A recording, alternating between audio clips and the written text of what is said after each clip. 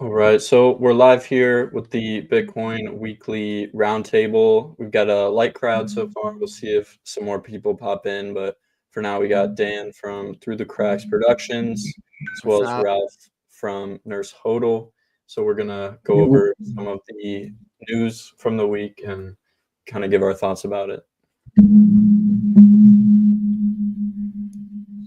Josh, I'm hearing a little bit of a echo on your end, I think.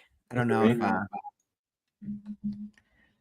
Yeah, I'm gonna mute myself just in case. Yeah.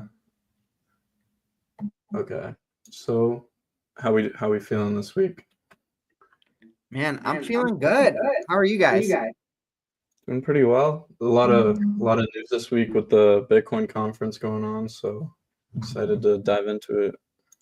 Yeah, man. Bitcoin above 100K.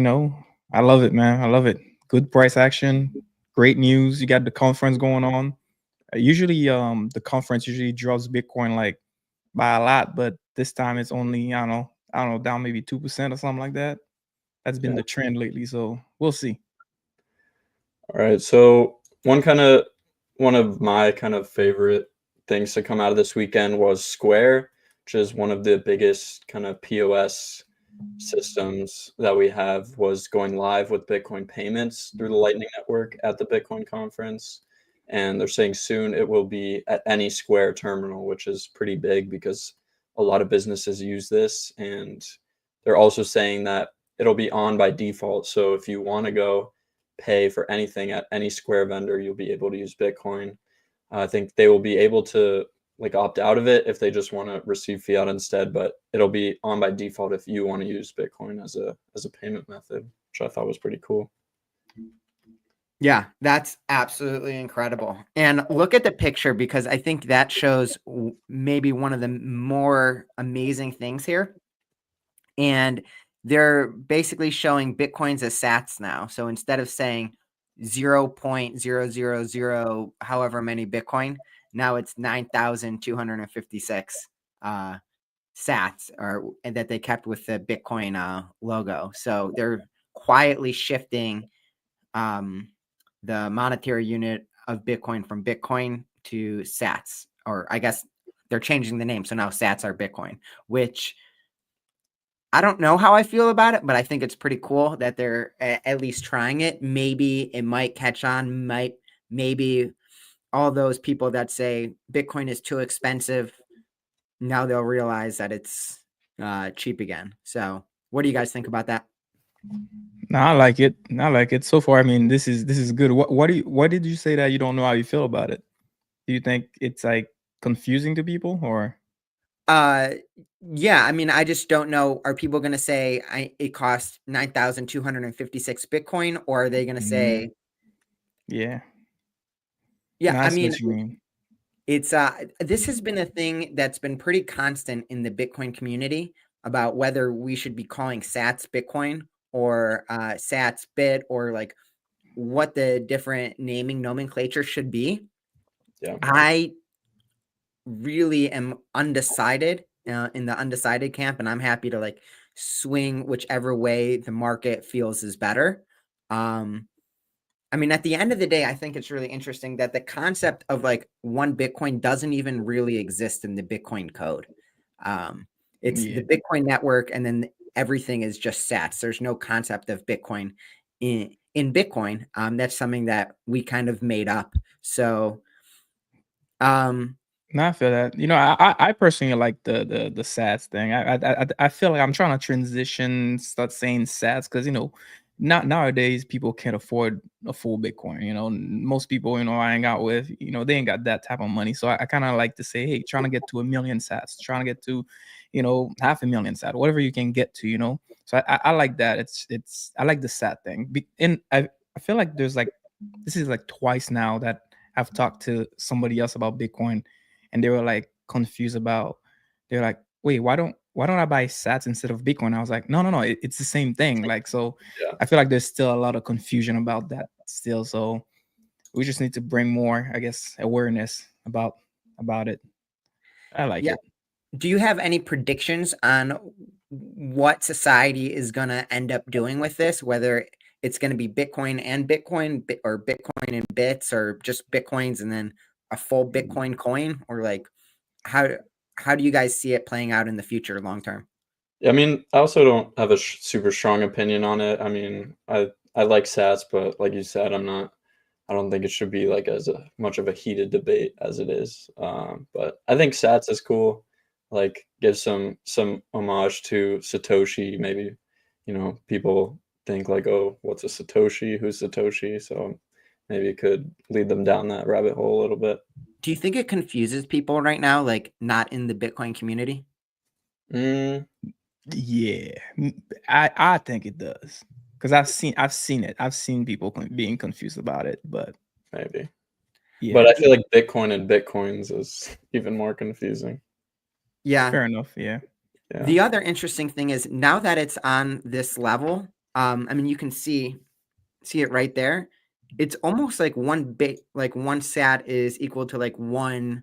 We were talking about it last week, like one Vietnamese, whatever their currency is. It's like Right. it's kind of Right. on par with other currencies right now, which Right. is pretty cool. Do you guys? I mean, I remember seeing news articles when Bitcoin hit on par with the dollar. So it was like one Bitcoin equals $1, and everyone was like, "Oh, this is like crazy." And then Yeah. No, I was doing some reading today, and I don't know, I stumbled upon how I was working on my next video, and I was like trying to like figure out, eventually I'm thinking, one sat is gonna equal to $1. That's literally my ultimate price prediction. That's like when Bitcoin reaches 100 million, basically. And then it's like in December 31st, 2010, one Bitcoin was 30 cents. I'm like, damn, that's crazy. I mean, if you told somebody back then that Bitcoin was gonna reach $100,000, they would look at you like you're nuts. Now, if you tell somebody that one sat is gonna go to $1, they're still gonna look at you that you might be crazy if they don't know the full story and how money works and all that. So I'm excited to see how this all plays out, to be honest. yeah. And then to add on to this story, because I think it's really related. And Josh, I don't know if this is already on the docket for today, but I heard Cynthia Lummis talking at the Bitcoin conference, talking about how one of the big proposals that she's making is trying to make it so that you don't have to pay taxes, or you don't have to pay like capital gains or like a report to the IRS on Bitcoin transactions under $600. Yeah. Yeah, I saw that. So if you combine that potential legislation plus this rollout of, on Square and the Cash App, like that is huge. That's basically making Bitcoin legal tender and usable in, probably half of all merchants across the country. Like that Yeah. is about as big of a deal as you can be. It's basically like El Salvador, but on the USA scale. Yeah, I think it's like removing capital gains to me is just as important, if not more important, for Bitcoin adoption as like a strategic reserve would be. I think it's Yeah, I huge. think It it's just more important, create, honestly. yeah, just creates such a headache for people, and yeah, it's going to be a lot easier when you can go buy coffee and not have to text your accountant and figure out what your cost basis is, and yeah. And did you guys see that the vice president talk when he said that Bitcoin is not a competitor to the dollar? Yeah, Like, what do you guys think about that? Because I'm thinking, like, how can you be at that conference listening to all of this? And I mean, I know it's a political thing to say, just to make sure everything is. It's kind of like, how can you still think that it's not a competitor to the dollar with all this happening? I don't know. What do you guys think So I about that? didn't hear that. Do we have a video I of that just wish so I can I put it into wish context? I did. Hold on. This is JD Vance saying that, or Yeah, someone JD else? Vance, and I mean, there's other people saying that. Hold on one second. Let me see if I can find this thing. Because I know Michael Saylor said that a few times. Yep, yeah, he did. Hold on. I didn't have it on the list, but I can. Yeah, so I'll give my opinions without seeing the clip. Yep.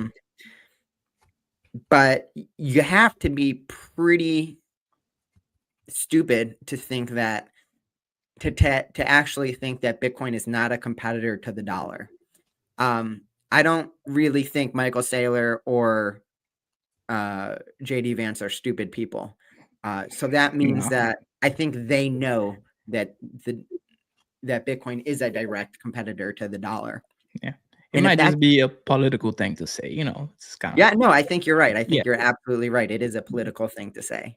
But if someone like the vice president is saying that, what I think it means is it's giving the green light for other people to get more into Bitcoin. You know, I'm sure that there were a lot of people that, you know, voted for JD Vance that were probably fairly anti-Bitcoin, and just having his sort of authority, someone with his sort of position, say that Bitcoin is not competitive with the dollar, basically almost like semi-endorsing it, or I guess this what should be an endorsement considering he's at the Bitcoin conference. It makes it a lot harder for people to ignore. So I found a tweet from Watch Guru. I can't find a video yet. Watch Guru. Actually, I'm just gonna share it on the Telegram. Hold on one sec. I mean, it's not that important that I share. We can move on. I just wanted to like show you guys. Yeah. Well, the next thing we can talk about, speaking of similar, I think, Dan, we already might know your reaction to this, but this is Saylor commenting that Strategy will not publish any proof of reserves for Strategy. There's definitely been a mixed bag of opinions out there on this. Yeah, I mean, personally, I think they have the Bitcoin, but it's definitely, you know, it would be ideal if we could see proof of reserves, but curious to hear your guys' thoughts on this. I want to hear Ralph's and your thoughts more, because you guys kind of know what I think about MicroStrategy. I've not kept that a secret at all. Yeah. No. Personally, I don't have a problem with him like not sharing it. I mean, I don't want to share. Like, if I was him, I wouldn't want to share my address. I understand why, but like, it's like, okay, you share it and everybody knows. Okay, yeah, sure. I mean, but like, what else do we gain? Well, you know, I don't know, what do we gain from him showing the address? You know, I mean, I don't know. You know, it's like, at the end of the day, like, if he loses all his Bitcoin, it's better for Bitcoin because Bitcoin becomes more scarce. You know, I mean, it sucks for the people that invested a lot in MicroStrategy, and I'm also a MicroStrategy shareholder. I mean, strategy. But you know, I mean, I personally, I'm like, you know, keep doing your thing, man. If you want to accumulate Bitcoin and eventually do something with it, do your thing, and then we'll see where it goes in the future. I don't see it as a big deal. I don't know. What do you guys think? Yeah, I think it's, I don't know. I don't know if I've formulated like a full opinion on it. I mean, I definitely understand the security concerns and the concerns with that. There's other people involved, like Coinbase custody and owns like some of that Bitcoin. So there's other parties involved. There's like legal teams, and like they do get audited, right? Like they are audited to prove that they own all the assets they did. Saylor is Did Enron get audited? Yeah, I mean, I guess fair point, but Yeah. Just playing devil's advocate there. Yeah, but yeah, I mean, yeah, it's tough to say. I don't know. What's your thought, then? So, okay, let's break this down. First of all, I don't think my thoughts matter that much, and the reason why I don't think my thoughts matter that much is because I'm not a MicroStrategy investor. I'm not going to short. I've never shorted anything. I'm not going to short MicroStrategy because of this. And I mean, at the end of the day, like, the worst I could do is just continue to do what I've been doing, which is just not buying MicroStrategy. So I don't think I'm their core demographic. That said, I will say it is a red flag that somebody refuses to be transparent when you're handling the most transparent asset of all time. There could be multiple reasons for that. I don't think I have not heard a convincing argument that security is one of those reasons. It could be that maybe they don't know their addresses. Maybe it's all bundled together with Coinbase or other custodial providers, and they don't actually know what their addresses are. I have no idea. But it is a big red flag that they're not willing to be transparent in that, to me. What else should I say about this? I mean, like I said, I'm not an investor in MicroStrategy. And what's more interesting, I'll say, is I was really intrigued. I was really interested to see how the market would react to that. And I believe yesterday when this came out, the MicroStrategy stock actually went up a little bit. Like it went up, stayed about flat. So what I guess I would say is, do I think MicroStrategy has the Bitcoin that they have? I don't know if they have all the Bitcoin, but I would assume that they probably have at least the majority of it. And I have no way of knowing. They could have 100%, they could have 90%, they could have 0. I don't know. But I would assume if I was a betting man, I would say they probably have all or most. But I was gonna ask, does IBIT show address? I mean, they have the most Bitcoin of all the other companies. Can we see those addresses? I know the Bitwise ETF shows proof of reserves. I'm not sure about the BlackRock one. Okay. I'm pretty sure River does. Yeah, River does too. And if those companies can do it, I see no reason why a company like MicroStrategy shouldn't be able to do it either. And at the end of the day, I guess you could call it bearishness on MicroStrategy has very little to do with them assuming that they don't have their coins. I think they probably do have their coins. Maybe they don't. I don't know. But the other big thing is,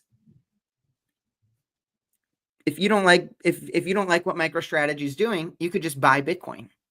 And that's exactly what I've been doing. I'm not interested in any of these treasury companies, and I really like having the confidence that comes from knowing my Bitcoin addresses. I know every single one. I know my seed phrase.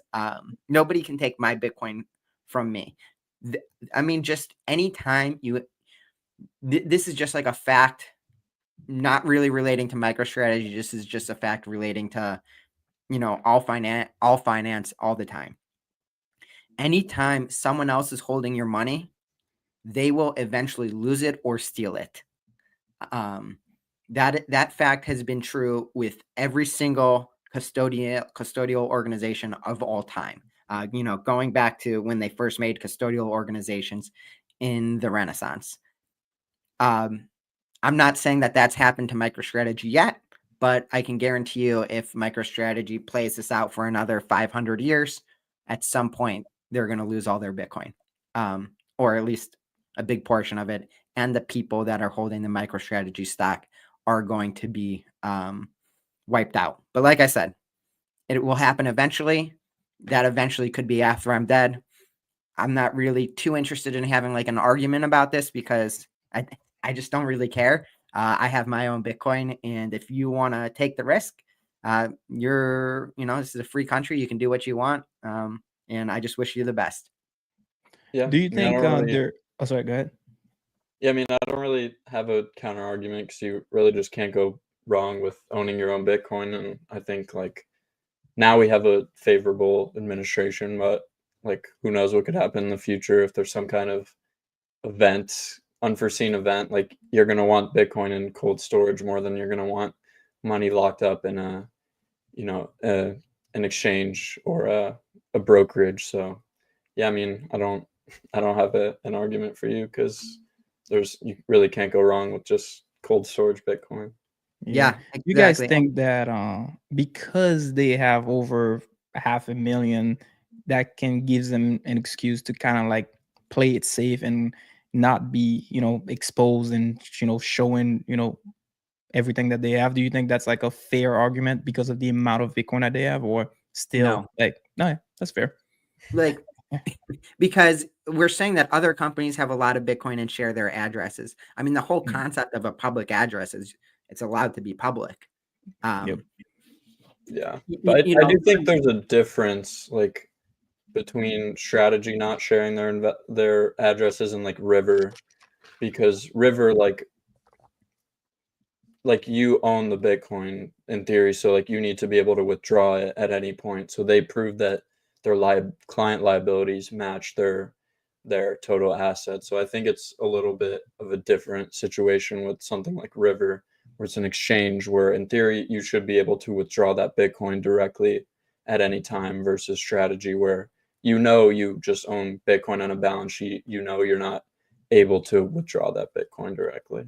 So I guess I would say I accept that there's a difference. I am unconvinced that that difference means anything. I guess, like, if you own a MicroStrategy stock, the whole point of it is saying that you own Bitcoin. You own X amount of Bitcoin per share, right? Like, that's the argument. So Yeah. ideally, you would still want to know that your X amount of Bitcoin per share is still there. But like I said, I'm not the MicroStrategy investor. Like, he's not he doesn't need to convince me. He needs to convince you two.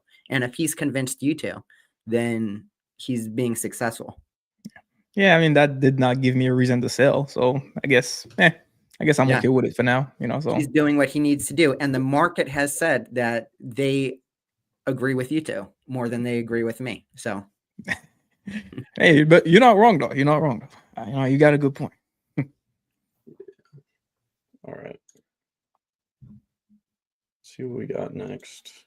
Any final thoughts on the strategy? Self-custody your own Bitcoin. That's the only thing I'll ever recommend to anyone.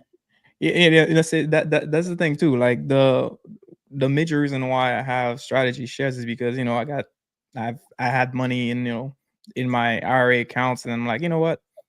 Why not just buy some Strategy with it? Since I'm gonna get tax heavy if I take it out. So just have it, see where it goes, and then I haven't contributed to my IRA ever since. Every new money that I've been invested has been straight into Bitcoin. So that little money, I have no problem going down to zero. I'm all in on Bitcoin now. So you're comfortable writing MicroStrategy to zero? 100%. Yeah. Okay. There we go. Mm-hmm. It's not happening, but yeah.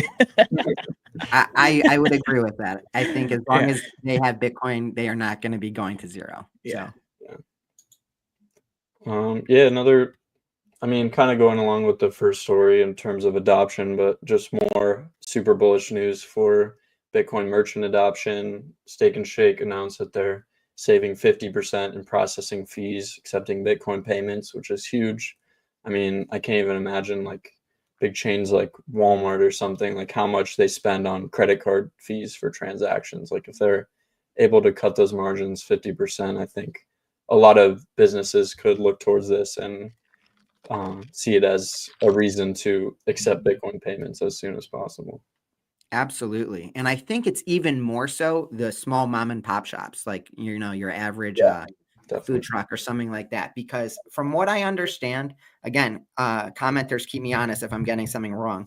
But big companies get kind of special deals with the big credit card firms. So if you're Walmart, you're probably getting you're paying less to the credit card companies than if you are, Joe's Food Shack down the street. They're probably paying a lot more percentage wise. And from what I understand, most small businesses hate credit card fees. I know when I had a small business, I hated credit card fees too. It just sucks getting that much taken from you. And it's not like a lot, but it's definitely enough to notice. So if you can just take all that extra profit, why would you not just take it? Like, if someone's handing you free money, take it. Yeah, I was at a small shop a couple weekends ago and got like this little like dollar trinket, and I tried to buy it like with Apple Pay, and they're just like, don't even bother, like it's not even worth the fees. I was like, you guys should accept Bitcoin, and kind of looked at me like I was crazy, but it's all right. Wait, did you guys go to that place? Steak and Shake? Steak and Not Shake? yet. Yeah, did you? Oh, okay. I was gonna say how We're going that to. was. Okay, nice. Yeah, let me know how that goes. Yeah. Because I got none up here. Really? Yeah, I'm all the way up in Maine, so yeah, Mhm. we got none. Apparently, according to this clip, the accepting Bitcoin payments is on par with creating beef tallow fries, which are their special thing. So Wow. Wait, 1934. Oh, it's a 6-minute clip. I don't know if we got yeah, we're time. not going to watch that. But Now you know the other good for thing. Steak and Shake for being so forward thinking. I think that's awesome. And Yeah. now with Square payments, everyone's going to be like that. Yeah. Very cool. You know, the other thing that I was thinking about too is have you guys read the book Fiat Food by any chance? I've not. I've heard of it. I've heard it's Yeah. good.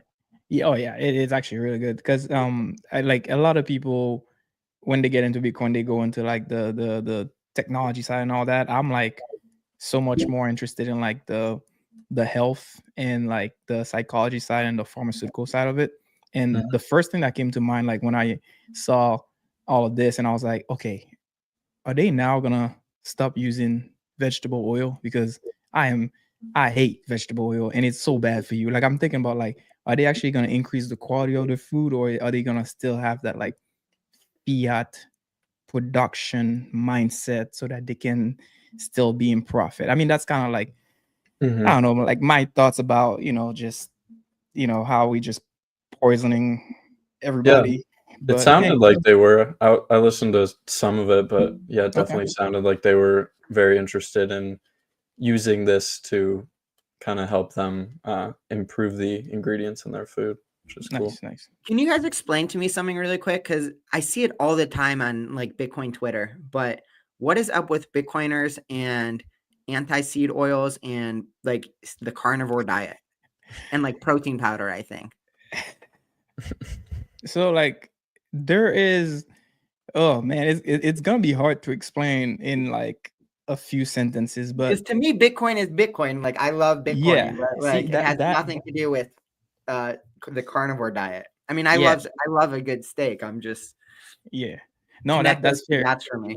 That's fair. I think you should read the fiat food next, honestly. Like I think you will see why, because inflation, because people think, oh yeah, Bitcoin is gonna solve my store value problem. But also the other thing that Bitcoin is gonna solve is all these fiat problems that do you remember the video from Joe Bryan about what's the problem? Yeah. Anybody? So like when these companies they are not able to like keep profit and all that, what they do is they sometimes have to like rely on getting the cheapest products and give you the cheapest product just to kind of stay ahead basically. So if they go on a Bitcoin standard, maybe that will help them stay afloat, and maybe that will help us get better food from them. So that's the other thing about like that the food system that fiat affects as well. It's not just store value. It's like, hey, like the quality of my food is going to crap because the money is shit and the companies cannot keep up. So there's that whole side of it that's also affected, and I see it in the hospitals too. Like you got athletes that are they run and all that, but because they're eating shit food, they're on the table and we have to open their hearts and all that and do procedures. So there's so much more to it that I'm like, yeah, like that's what I'm more excited about with Bitcoin is the health, the health side of it. So, but yeah, go read that book. I think it will. I like it. I'm about to read it again because like there's so much information. That good. Yeah, but yeah, honestly, it's good. It's good. Well, I mean, I'm already in agreement that most of the food we eat, especially in the United States, is absolute Oh, crap. I know, like so bad. in our bread, like a lot of the ingredients in our bread are illegal in Europe Yeah, because yeah. they're just like terrible. And if you Yep. look at like those little like ice cream sandwiches that are so good, try and find Mm-hmm. ice cream on the packet. Like they don't qualify as ice cream. Oh yeah. So I'm not sure I see the fiat connection. But maybe there is one, and I'm definitely not saying there's not. So if Bitcoin helps with that, hell yeah. I mean, a Big Mac has gone from more like 50 cents to maybe like $8 now. It's not like the burger's gotten 19 times better quality. It's just Yeah, I think the it's quality gotten is actually significantly worse shittier. quality. Yeah, yeah, exactly. definitely way worse. Yeah. So yeah, that's another thing that Bitcoin fixes, you know. So Oh, and perfect. then there's like there are like so many other like research about like seed oils, how terrible they just, you know, vegetable oils is like, or they're like research about steak and how they were, you know, paying companies to say that, oh, steak is bad for you because they're trying to push like starch and all of that because that's, you know, it's cheaper to make. And all there's such a like huge backstory with the steak and the, you know, the oh yeah, it's crazy. It's a lot, honestly. So I do know that in the consumer price index, it used to include steak, and they transitioned that over to ground beef because it was significantly cheaper. So I do know that there's like some sort of relations in between that, which my understanding was that it was just the government saying that you're not as poor as you think you are. Yeah, But, yeah. it could That's be more. We'll see. I'll read the book. Yeah. Yeah. No, that one is honestly, trust me, it will be worth it. Read that book. Trust me, it'll be worth it. I feel like the first part of that book was a little like kind of dry, but like the second half of it, like when they dive into like some of like the crazy thing that the pharmaceutical companies and the diet companies were doing, it got good. Yeah. Oh, I hate the pharmaceutical companies too. I mean, I'm so at the bad. point where I refuse to go to the doctor or take any like drugs unless like I absolutely have to. I feel you. Yeah.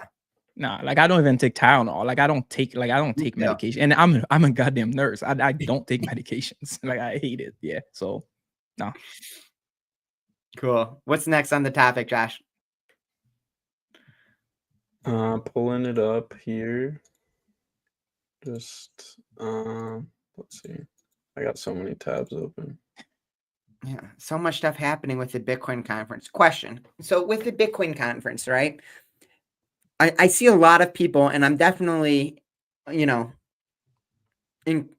definitely on this side of the table, but a lot of people are calling it the shitcoin conference, looking at the sponsors, looking at who's talking, all this stuff. What are your guys' general feelings about the Bitcoin conference that's going on right now? I don't know. It is a big deal.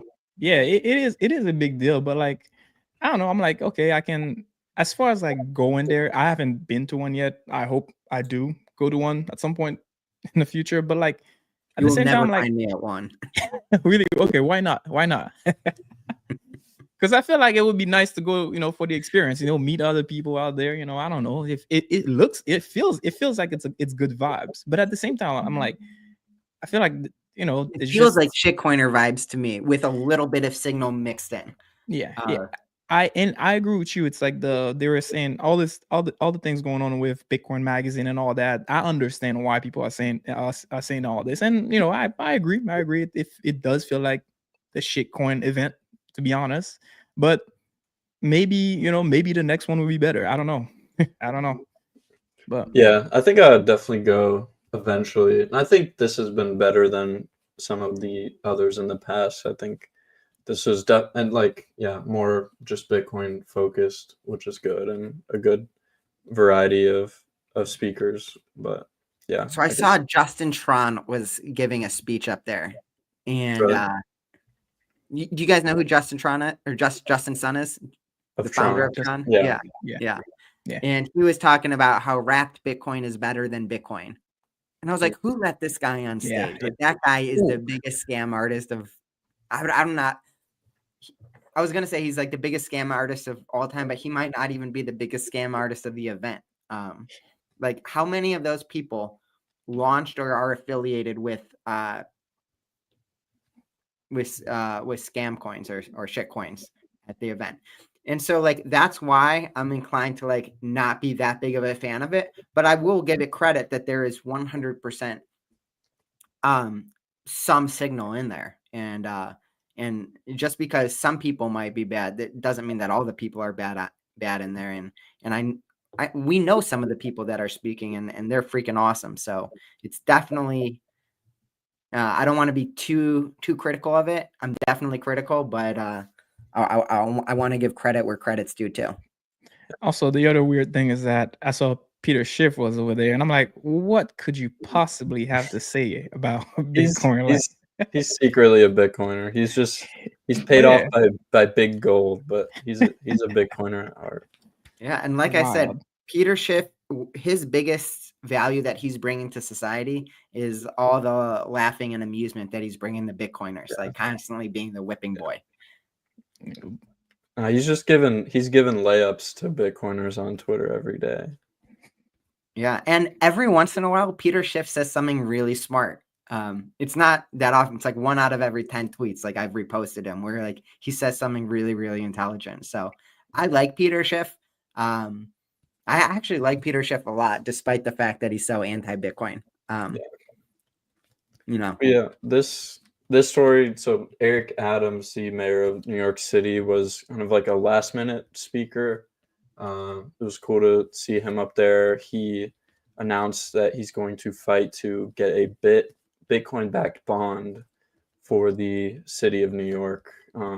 He also, I believe, mentioned that it would be tax exempt or something like that. But yeah, I guess more of an announcement, nothing too tangible, but it was cool to see him up there. If you guys have any thoughts?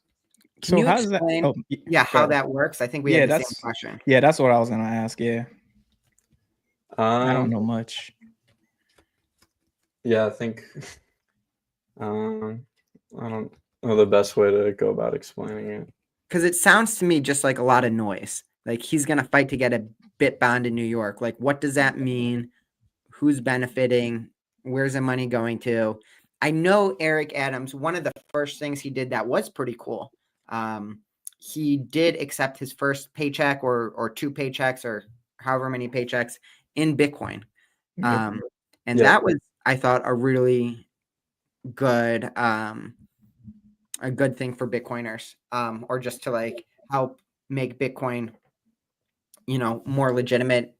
But then he also, right after that, this is a few years ago, he says that he likes, I think he said something around the lines of he likes blockchain technology, but is against crypto mining, which just shows he either doesn't really know what he's talking about and he's just trying to like placate the crowds, or he's just trying to placate the crowds and he does know what he's talking about. Either way, I guess this is like a neutral/net positive announcement. Yeah, I guess it's a way for maybe more. I mean, I guess in the same way, strategy selling debt is a way for like fixed income investors to get some exposure to Bitcoin. But yeah, I'm not exactly sure all the implications of it. And also, wasn't there something, I mean, I could be wrong. I remember maybe a while back that New Yorkers, there's something they couldn't do with crypto or Bitcoin. They have like blocked that access or something like that. Do you guys know anything about that? Is that like, am I getting this wrong? I think you're right. I don't know the specifics. Yeah, there was definitely certain exchanges, certain like crypto companies were like not available in New York while they were available in most other states, from what I remember. And I know like back in the day, the Winklevi twins did a lot of campaigning and lobbying to get Bitcoin, as legal as possible in New York. So it's interesting. It's almost like, because New York is the center of the traditional financial world, it's been like one of the slower locations to actually start moving towards Bitcoin, because they're so bought into the old legacy system. But that's okay, because Bitcoin doesn't need New York, and a lot of New Yorkers are buying Bitcoin anyway. So, pretty soon, I can't wait to buy my next hamburger in New York with Bitcoin. Yep. And I think one of the cooler stories, like from a few weeks ago, was the Roswell, New Mexico strategic reserve. I just thought that was so cool. Like, I think more cities should do something like that, and yeah, like establish a strategic Bitcoin reserve, publish the address, and your constituents can basically donate to the future of the city, which I think is pretty cool. Yeah, Roswell, New Mexico published their Bitcoin reserve addresses. Yeah. I can't. I don't know if I can find the website, but I think it's bitcointreasuries.com, but you can see like all government like entities of Bitcoin holders ranked, and you can see Roswell, New Mexico on there. I want to see if I can find it. Are they bigger than any countries? They probably are, because a lot of countries are probably at zero, right? Yeah, well, they were ahead of Germany specifically because Germany sold all their Bitcoin. That's amazing. Roswell beating Germany. Yeah. Let me find this. Speaking of which, did you guys see the big announcement that that Pakistan was going to start their own Bitcoin strategic reserve? Yep. That's huge, man. That's huge. I like it when the smaller countries are doing that first. Pakistan's not small. Oh, it's not? Wait, why am I thinking of Pakistan? Damn. Pakistan's huge, man. Really? Oh, shit. Yeah. Okay, I'm looking it up. How many people, population of Pakistan? Hold on. 247 million people. Today is a very historic day because today I will announce that the Pakistani government is setting up their own government-led Bitcoin strategic reserve. I love that.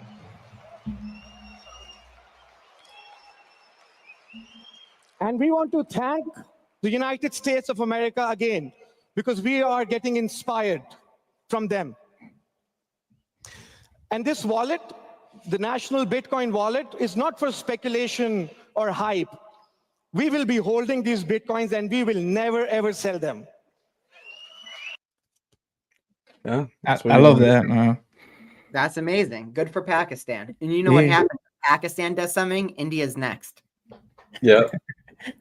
Yeah. Man, you know what? I can't wait for the day my poor country does something like this, man. All those Asian banks can start acquiring. Yeah, man. They could use it, man. They could use it. BTC Moon Guy says that he's moving to Pakistan. Love it. You know, I've actually heard Pakistan has some really beautiful mountains that are great for rock climbing and some beautiful areas. So BTC Moon Guy, maybe I'll see you there. I would love to go to Pakistan and visit. No, honestly, I'm willing to move, man. I'm willing to move. If there is a country that's like, more friendly and, where it's tax-free and all that, I'm willing to move. That's so cool. Now, here's the question, and maybe we could take bets on this because to my knowledge, they have not announced how they're going to do it. BTC Moon Guy says he's going to hide his Bitcoins in a cave. I love that.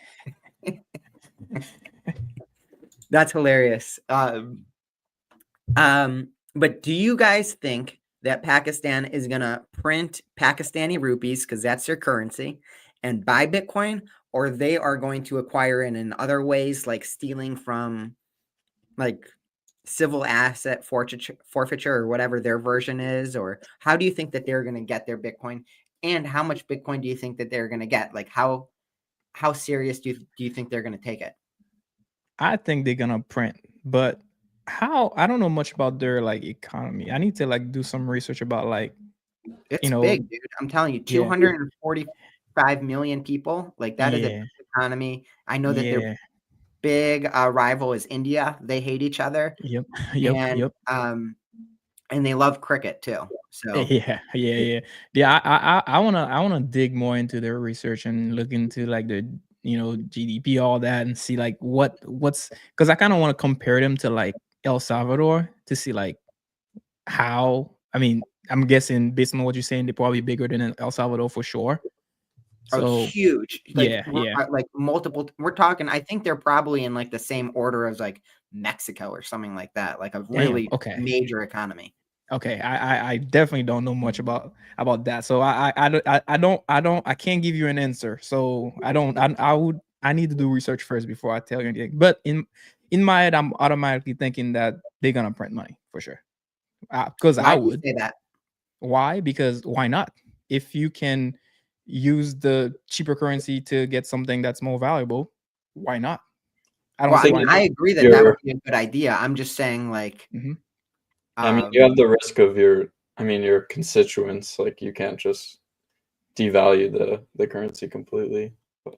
If so if I'm not about, well, see, the thing is their country is already devaluing their currency, right? In a way. Yeah. Yeah, I mean, maybe. every So country is devaluing their currency. Yeah, Yeah. yeah. exactly. Yeah. I mean, if you're already doing it, why not do it for the purpose of switching over to a new monetary system in the future? Because if you do it, then you do it more. Hmm. So, But like, then if yeah, I go have ahead. no idea what the inflation rate is of the Pakistani rupee. Maybe we could look that up. Right. But if let's say it's at 5%, which it's probably a lot higher than 5%, but let's say it's at 5%, are you willing to go to 6% for it? Maybe, maybe not. I have no idea. This is a lot of questions that are going to be very interesting to watch pan out. Mhm. And if they do print rupees to buy Bitcoin, I think that will probably in the long term be a very, very, very smart choice.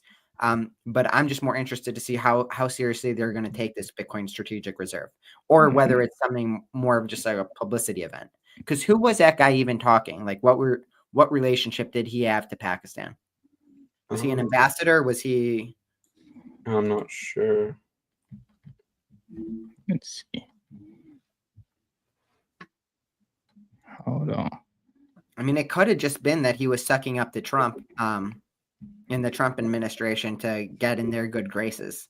Yeah, but I'm yeah. So I'm thinking like, yeah, I don't see why they wouldn't print. But so, what do you guys think though? You guys think he should print? And do I think they should print, or do I think they will print? do you think they will print? And do you think they should print? Both, actually. Do I think they should print? Yes. Do I think they will print? Based on what he just said, I'd say a 50-50 chance. Like, I wouldn't be surprised if he did. I wouldn't be surprised if they didn't. Yeah. What else do you know enough about them? Do they have any other like resources that they could use? Like, I don't know, like oil, whatever. I don't know if they have a lot of oil, but I think they have a lot of natural resources. They have like I said, they have a pretty big economy, like a real major economy. I think they have nuclear weapons even. And I think that they're interesting because, like, from a geopolitical standpoint, they're in this zone where, like, they're friendly with the United States, but also not so friendly with the United States. It's kind of like, yeah. I need to study the U.S. Pakistani relationship a little bit more. But that's where Osama bin Laden was hiding, I think, right? When they caught him. Can't tell you 100%. Yeah. Yeah, but that was a long time ago. Things change. Yep.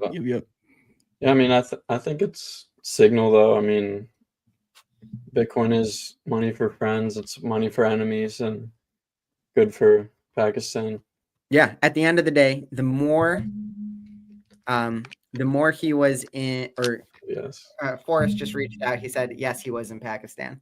But yeah, the more Bitcoin that Pakistan requires, the better it will be for the Pakistani people. And so good for them. Like, that's awesome. Maybe I'll go and hide my Bitcoin in a cave there too. it's crazy. I actually really do want to go there. I heard it's a beautiful country. Yeah, nice. I mean, yeah, they're gonna get on this leaderboard. We'll see how high they can get. I don't know if they can pass Roswell, but we'll see. What's the next topic, Josh? All right. Any more thoughts on this one? Nah, we'll just see where it goes. Yeah. I'm just thinking, if your currency is going to crap, hey, just get it over it, man. Yeah. But it will cause some pain. I get it. All right. Next up, we have GameStop purchasing Bitcoin, 4,710 Bitcoin. I think some people were a little disappointed with the scale of it. It was I forget the exact percentage, but a kind of a smaller sliver of the available cash they had to buy Bitcoin. But cool to see. They're buying it with cash, though. They're not buying it on leverage. Is that correct? Yeah. Yeah, that's cash. Yeah. I mean, that's awesome. Good for GameStop. That's the way they should be doing it, buying it with profits, buying it with the money that they already have. If I were a GameStop shareholder, I would be happy with that. I mean, obviously, the more Bitcoin, the better. Like, don't get me wrong. But if I was that convinced about Bitcoin, I probably wouldn't be having GameStop shares in the first place. I would just be having Bitcoin. So good for GameStop investors. Yeah. Oh, so they did offer a $13 billion convertible debt as well too. Well, to raise the capital to buy this. I'm less enthusiastic about that, but still good. I mean, the more Bitcoin you get, the better. So good for them. But yeah, they have $4.7 billion in cash. There's a lot more Bitcoin coming. Yeah. I feel like this was like a test run, just to see. Okay, let me see how this goes. And then how did the market react? Did the market go up or down with that? Well, they went a bit. Kind of spiked up and then dipped a little bit because I think it was a little bit of like buy the rumor, sell the news. I think people kind of suspected that this was coming, and it wasn't like something super huge. So, and I think the entire market went down. It wasn't just GameStop too. Like, Bitcoin went down. Everything else went down after that. So it wasn't just the GameStop thing. But I think eventually people will catch up to that. So this is funny. So Forrest says Ryan's announcement was low T. He's been eating some fiat food for sure, Ryan. Yeah. Question, Forrest, if you want to answer in the chat. Obviously GameStop has expenses that they need to pay in dollars, like their normal cash balance and their normal operating expenses are all denominated on dollars. For you, what would have been like the ideal percentage of Bitcoin to cash that GameStop should hold? I think it was more that like it was just kind of late from when they initially announced the capital raise, and then on top of that, Ryan Cohen was saying something like, we're not going to broadcast our moves, and kind of like we're going to move in silence. And some of the stuff he said was a little iffy, like not sure if he fully gets the plot, but we'll see what happens. I mean, I don't think he has to get the plot. I just think the only part of the plot he needs to know is you buy Bitcoin, number go up, stock go up. Good for him. More money he makes. So, yeah. I mean, should he have done more? Yes, probably. I don't know what the exact percentages should be, but better to get off zero better to have low T than no T, I guess. Forrest might say. You're not wrong. Yeah. And I think this is gonna create like some sort of like domino effect too. Because a lot of other companies are gonna be like, oh, well, they doing it. I guess we should try doing that too. So I don't know. I feel like this is going to be huge. And I think I don't think we're bullish enough about this, because I think there's like a massive wave of other companies coming in as well. Not just like, I mean, we already kind of knew this, but like, it's not just like, the strategies, the Black Rocks and all that. There's going to be a lot more buyers for sure at some point. So again, I really like the idea of companies taking their cash balances and buying Bitcoin rather than taking debt to buy Bitcoin. I'm just not a fan of debt in general. Forrest says 80-20%. 80% Bitcoin, 20% cash. I think that sounds good. So bearish. Because your normal operating expenses are in dollars, so you got to have dollars if you live in our society. But I think it'll be really good for the average person, I guess you could say, like average American that has like a 401k and everything. If all these major companies start buying Bitcoin, specifically because it'll make it so that everyone starts getting some exposure to Bitcoin, or more people in the US start getting more exposure to Bitcoin, even if they don't have the high T, or even if they don't have the testosterone to buy it themselves. Other people will buy it for them, and they get, it won't be self-custody, but at least they'll have Bitcoin exposure. They will continue to buy. He's already learning his lesson. Yeah. I mean, and it's gone up since they initially announced the capital raise. And I mean, they didn't say what their cost basis was on this Bitcoin, so not sure about that. He waited so long for that buy, though. It's crazy. yeah, it's been like what, 2 months or something like that. Yeah, it feels like it. Yeah. Yeah.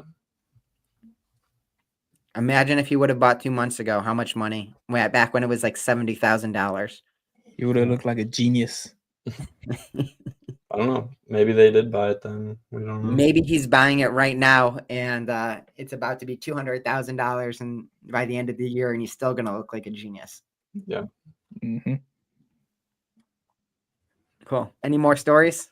No, that's all I had on the document. If there was anything else you guys wanted to go over. Now I'm just really excited. What do you think? Do you think we're going to see any major announcements to the scale of El Salvador, making Bitcoin legal tender this year at the Bitcoin conference? How much is there still another day left? I think so. Okay. Yeah, I was hoping already? so. Oh, I don't even know, cause I was hoping that the vice president was gonna say something extreme, but it was like So I don't know. My hopes are like kind of it's kind of like it's just gonna be a normal event. People are gonna say stuff, and then just another day, same shit, different day. So I guess Pakistan is the biggest. Yep. Yeah, Pakistan is the biggest news so far, and it'll just be really interesting to see, how seriously they take it. So True. I think at the end of the day, whatever road we go down, it's good for Bitcoin. Anthony Scaramucci says Bitcoin price always drops during BTC conferences. Yes, it does. I've always wondered why that is, but it always does that. Yeah. But cool. Yeah. Nah, man. I like it. We'll see how it goes.